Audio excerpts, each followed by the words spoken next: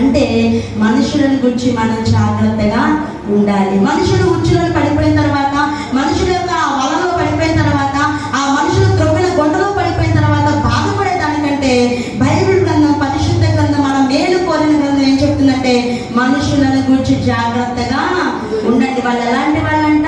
తోడేళ్ల స్వభావం. ఇప్పుడు మనం చదువుకున్న దాంట్లో దాదాపుగా 20 లక్షణాలు ఉన్నాయి. 20 లక్షణాలు పైనే ఉన్నాయి. ఇలాంటి స్వభావం కలిగిన వాళ్ళంతా ఏమంటున్నంటే పాము వలె వివేకము. పాములాగా ఉండండి మీరు అంటున్నాడా? వాళ్ళు అలా ఉన్నారు కదా, వాళ్ళు తోడేళ్ళంటి వాళ్ళు కదా, వాళ్ళు గర్వాంధులు కదా, వాళ్ళు అనురాగరహితులు కదా, వాళ్ళు ద్వేషులు కదా, వాళ్ళు క్రూరులు కదా, వాళ్ళు సుఖాన్ని వాళ్ళు ప్రేమించాడు కదా. మీరు కూడా వాళ్ళకు తగ్గట్టుగా పాములుగా ఉండండి అంటున్నాడా? కాదు.